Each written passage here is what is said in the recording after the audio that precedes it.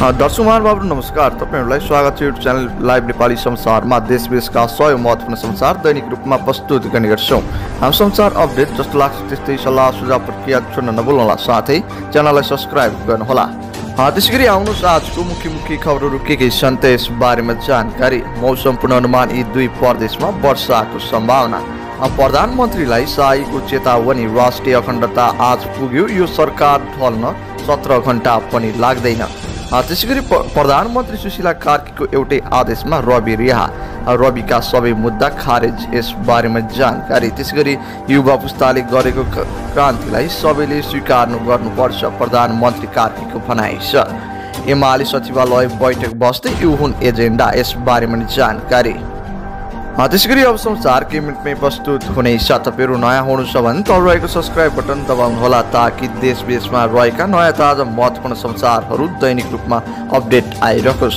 दर्शक महानुभावहरू त्यसैगरी तपाईहरु कहाँदेखि हुनुहुन्छ, के भन्न चाहनुहुन्छ, तपाईहरुको मनमा लागेको प्रतिक्रियाहरू तल कमेन्ट बक्समा छोड्न नभुल्नुहोला, साथै भिडियोलाई अन्तिमसम्म हेर्नुहोला।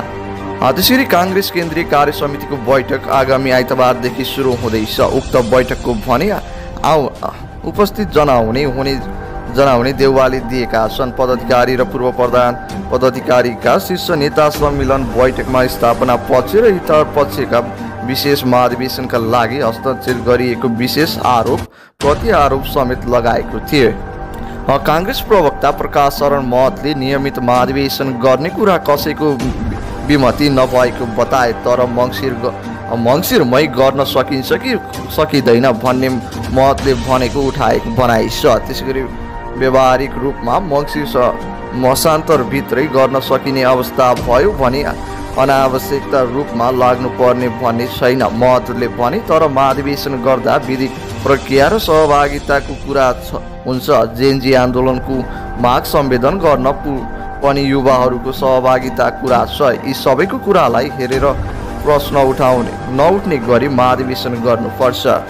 मङ्सिर मासान्तरबाटै केन्द्रीय कार्य समितिको 4 वर्षको कार्य समिति सकिँदैछ। मङ्सिर नियमित महाधिवेशन नभएको केन्द्रीय कार्य समितिको कार्यलयका थप्नुपर्छ।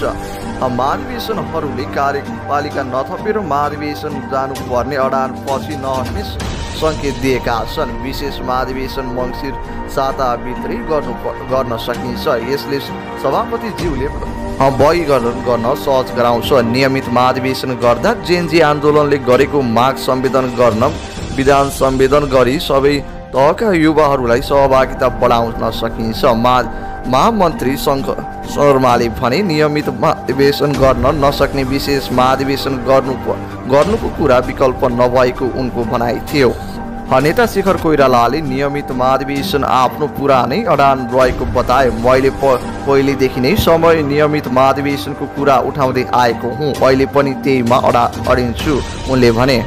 संस्थापक पक्षका सहमहामन्त्रीद्वय उमाकान्त चौधरी र महेश यादवले भने नियमित महाधिवेशन गराउने जिम्मेवारी रहेको महामन्त्रीहरूले आफ्नो जिम्मेवारी पूरा नगरेर विशेष महाधिवेशनका लागि हस्ताक्षर गराउन लगाएर भन्दै विरोध गरेका थिए। त्यसैगरी शुक्रबार मनसुनी वायु तथा स्थानीय वायुको कमजोर प्रभाव रहेको छ, जसको प्रभावले देशका पहाडी भूभागमा आंशिक बदली रही बाँकी तराईका भूभागमा मौसम मुख्यतः सफा रहनेछ। आज सुदूरपश्चिम कर्णाली प्रदेश लगायतका लुम्बिनी प्रदेशका पश्चिम भूभागको धेरै स्थानहरूमा र गण्डकी प्रदेशका पश्चिमी भूभागका धेरै स्थानहरूमा पश्चिम भूभागको वायुको प्रभाव रहेको, बाँकी भूभागमा मनसुनी वायुको तथा स्थानीय वायुको कमजोर प्रभाव रहेको मौसम पूर्वानुमान महाशाखाले जनाएको छ। आज दिउँसो कोशी प्रदेश लगायतका देशका पहाडी भूभागमा आंशिक बदली रही बाँकी भूभागमा मुख्यतः सफा रहनेछ। कोशी प्रदेश र गण्डकी प्रदेशका पहाडी भूभागमा 1-2 स्थानमा हल्का वर्षाको सम्भावना रहेको छ। त्यसैगरी आज राति कोशी प्रदेश लगायतका गण्डकी प्रदेश पहाडी भूभागमा आंशिक बदली रही बाँकी भूभागमा मुख्य सहरमा सफा रहने रहेको छ। कोशी प्रदेश पहाडी भूभागमा 1-2 स्थानमा हल्का वर्षाको सम्भावना रहेको छ। त्यसैगरी सरकारले भूमि समस्या समाधान आयोग र सबै जिल्ला समितिहरूको खारेज गर्ने निर्णय गरेको छ। बिहिबार सिंहदरबारबाट बसेको मन्त्री परिषद बैठकले भूमि समस्या समाधान आयोग गठन आदेश 2081 बमोजिम गठन भएको आयोग र सबै जिल्ला समितिहरू खारेज गर्न निर्णय गरेको सरकारका प्रवक्ता तथा समाचारकर्मी द्वय जानकारी दिएको खरेलले बताएका छन्। यसअघि सरकारले आयोगका नाममा देशभर सरकारी तथा सार्वजनिक जग्गा अतिक्रमणले वैधानिकता दिने प्रक्रिया अगाडि बढाएको थियो। कतिपय आन्तरिक जग्गा मार्फत नाम मात्र सारेर लिएर लाल पूर्जा वितरण गर्ने एजेन्डा समेत सरकारले बनाएको थियो।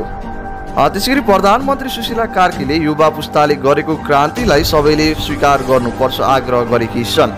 जेनजी आन्दोलन 1 महिना पुरा भएको अवसरमा बिहिबार राति भिडियो सन्देश जारी गर्दै प्रधानमन्त्री कार्कीले यस्तो आग्रह गरेकी छन्।